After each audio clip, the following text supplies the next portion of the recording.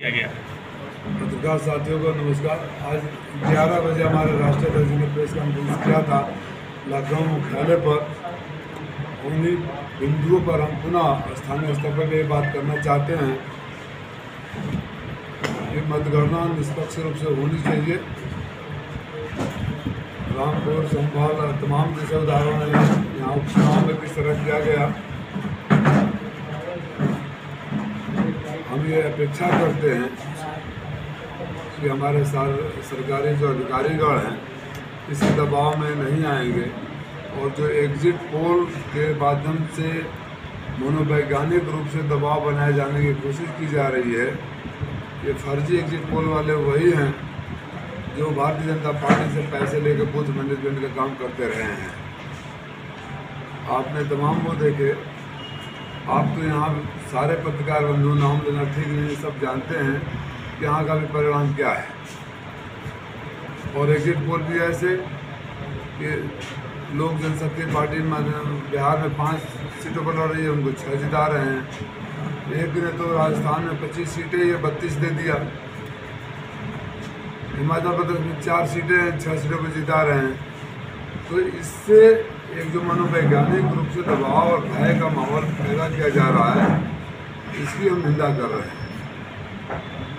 आज सुबह मुझे अचानक खबर आया कि हमारे यहाँ जो नवीन मंडी में सीसीटीवी बंद हो गया है। पता किया तो पता चला कि बोले कि जनरेटर बंद हो गया है, जनरेटर का तेल का पैसा नहीं है।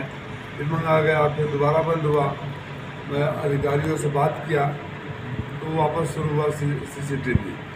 ये सब बातें हो सकती है कि टेक्निकल प्रॉब्लम रहा हो, लेकिन जिस तरह का माहौल सुप्रीम कोर्ट की बहस से लेकर जमीन स्तर पर चल गया है, जिस तरह से माहौल भारतीय जनता पार्टी ने अपने एग्जिट पोल वालों के माध्यम से बनाया है, हर कार्यकर्ता के मन में शक है, हर आम आदमी के मन में ये शक है।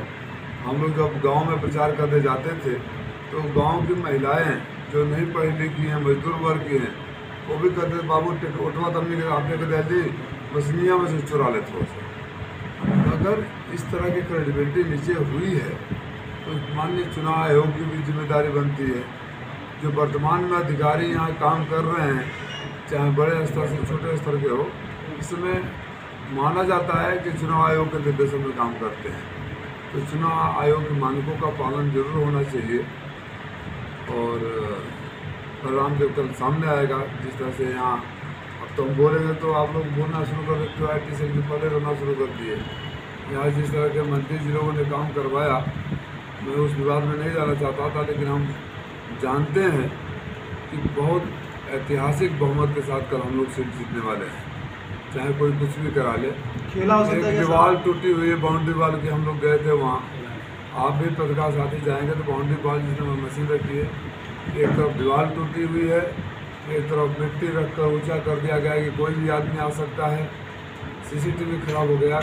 मैं अभी भी उम्मीद करूंगा कि प्रशासन निष्पक्ष है और मैं चाहूँगा कि भरोसा बना रहे। लेकिन अगर किसी तरह की कोई भी अप्रिय कार्रवाई होती है, किसी भी पक्ष से संदेह के दायरे में कुछ आता है, और समाजवादी साथी चुप नहीं रहेंगे। हमारे हजारों साथी मतगणना के समय मौजूद रहेंगे। इसलिए मेरा निवेदन सत्ता पक्ष से भी है और शासन से भी है, प्रशासन से भी है कि लोकतंत्र के चीरहरण नहीं होना चाहिए। अच्छा, धांधली किस प्रकार से हो सकती है, क्या इसमें संभावना है? आप लोग पत्रकार साथी तमाम हम समय पर रिपोर्ट करते रहे हो। आप सब जानते हो कि धांधली किस किस प्रकार से होती है, आप सबको पता है।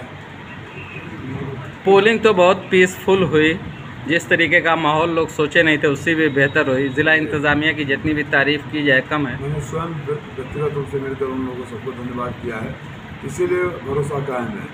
अगर अधिकारी उस तरह से नहीं किए होते तो भरोसा नहीं होता, लेकिन भरोसा करना हमारी जिम्मेदारी है और हमें पछतावा न हो कि भरोसा करके गलत किया। ये जिम्मेदारी प्रशासन की है। इंडिया की सरकार बनने अभी भी आपको उम्मीद है, इतना सर्वे के देखने के बाद भी? काहे का सर्वे की बात कर रहे हैं? जो एग्जिट पोल सब चल रहा है, 5 सीट लड़ने वाले को 6 सीट दे दोगे, 4 सीट जहाँ 6 सीट जिता दोगे, 25 सीट जहाँ 32 सीट दे दोगे, तो क्या मतलब है उसको? उस सर्वे का क्या मतलब है? राजस्थान में कितनी सीटें हैं? बिहार में लोजपा कितनी सीटों पर लड़ रही है? हिमाचल प्रदेश में कितनी सीटें हैं? कितने लोग, आप तो पत्रकार साथी ग्राउंड लेवल पर हर जगह दिखते थे, आप में से कोई सर्वे करने वाले से मिला? हम में से तो कोई नहीं मिला। कोई आप साथी में से देखा होगा कोई सर्वे कर रहा है? मिला नहीं मिला। और जिस तरह से आंकड़े देख लीजिए, पिछले विधानसभा के आंकड़े देख लीजिए, जातीय आंकड़े देख लीजिए, लोगों के बीच लोकप्रियता देख लीजिए, किसी भी पैरामीटर पर घोषित लोकसभा आप लोग में से सारे जानते हो, मेरे से व्यक्तिगत रूप से कहते भी रहते हो कि आप जीत रहे हैं। तो अब यहाँ का भी कोई एक चैनल दिखा रहा है कि कोई और जीत रहा है, तो इस तरह से माहौल तो पैदा होगा ना। आपने सुप्रीम कोर्ट तक जो बात चली गई, बार बार जो बात बहस हुई, राष्ट्रीय चैनलों पर बहस हुई, उसके पीछे कुछ तो वजह नहीं होगी। लेकिन ज़्यादातर एग्जिट पोलों में आपको लीड दिखाई जा रही है। इसलिए मैं तो एग्जिट पोल नहीं, एग्जैक्ट पोल की बात कर रहा हूँ। एग्जैक्ट पोल में मैं समाजवादी पार्टी का प्रत्याशी लाखों वोट से जीत रहा है। आप अगर पीछे का सारे अनुभवी पत्रकार हो, सबको ग्राउंड रियलिटी पता है। 2 ही 3 पैरामीटर होता है ना, कैंडिडेट के कार्यशैली, लोकप्रियता, जातीय समीकरण और पिछले मतों का समीकरण। आप तीनों में से जोड़ घटा लीजिए, परिणाम आप ही बता दोगे। राय साहब, नेशनल पॉलिटिक्स में आपकी गहरी नज़र रहती है। जयराम रमेश ने कहा कि 150 डीएम को अमित शाह ने फ़ोन किया है। इसको लेके जो इलेक्शन कमीशन, आप चीफ इलेक्शन कमीशन ने नोटिस दे दिया है, किस तरीके से ले रहे हैं? जब राष्ट्रीय अध्यक्ष ने वोटर लिस्टों में हेराफेरी का आरोप लगाया था, तो ये चुनाव आयोग ने राष्ट्रीय अध्यक्ष को भी नोटिस दिया था। जब हमने एफिडेविट पर जवाब दे दिया तो खामोश क्यों हो गया? इसका मतलब जो हमने बोला था सच था, और सच था तो चुनाव आयोग ने कार्रवाई क्यों नहीं किया? कि चुनाव आयोग माननीय प्रधानमंत्री जी की बातों पर नोटिस क्यों नहीं जारी करता है? भाजपा नेताओं पर नोटिस क्यों नहीं जारी करता है? चुनाव आयोग राष्ट्र बना बैठा है। मैं फिर दोहरा रहा हूँ आपकी बात के जवाब में, हम माननीय राष्ट्रीय अध्यक्ष जी ने जो आरोप लगाए थे, उसके बाद जो नोटिस हुआ, एफिडेविट के साथ सबूत दे दिए। चुनाव आयोग खामोश क्यों हो गया? और कोई पत्रकार साथी किसी भी प्रेस कॉन्फ्रेंस में चुनाव आयोग के सामने सवाल क्यों नहीं उठाया? मतदान से लेकर मतगणना के एक दिन पहले तक कितना आप संतुष्ट हैं प्रशासन या जो भी व्यवस्थाएं होती हैं निष्पक्षता को लेके? क्या कोई? देखिए, मैं उन लोगों में से नहीं हूँ जो अनर्गल आरोप लगाता है। अभी तक कोई ऐसी बड़ी बात नहीं हुई। छिटपुट घटनाएं जरूर हुई, जैसे एक बूथ पर बिना हमारे एक या कई बूथों पर बिना पोलिंग एजेंट के ही पोल शुरू करा दिया गया। कई जगह हमारे पोलिंग एजेंट को एक्सेप्ट नहीं कर रहे थे, कई जगह घंटों लाइन लगवाए रहे, स्लो करते रहे। ये सब होता रहा। कोई मेजर इंसिडेंस अभी तक, और जब मैं कह रहा हूँ अभी तक, इसका मतलब कि ये नहीं कि कल भी नहीं होगा। अभी तक नहीं हुआ है। कल अगर कुछ ऐसे हरकतें होंगी तो हम उसका जवाब देंगे। सही को सही कहना, गलत को गलत कहना समाजवादी पार्टी वाले जानते हैं। 400 पार का जो नारा है बीजेपी का, और जिस तरीके से एग्जिट पोल आ रहे हैं, क्या आज की पीसी उसी के काउंटर के जिम्न में है क्या? कर्नाटक में था, जब कर्नाटक चुनाव हो रहा है, कुछ एंकर ऐसे उछल रहे थे जैसे उनकी लॉटरी निकल गई हो। आपने देखा? और देखिए 80 से 90 हो गया, आराम से 67 आ गया। इतने जोश तो अपना बेटा भी टॉप कर जाए तो किसी को खुशी नहीं होगी, जितना एंकरों को हर चीज़ वोट ऊपर से जाते देखेंगे।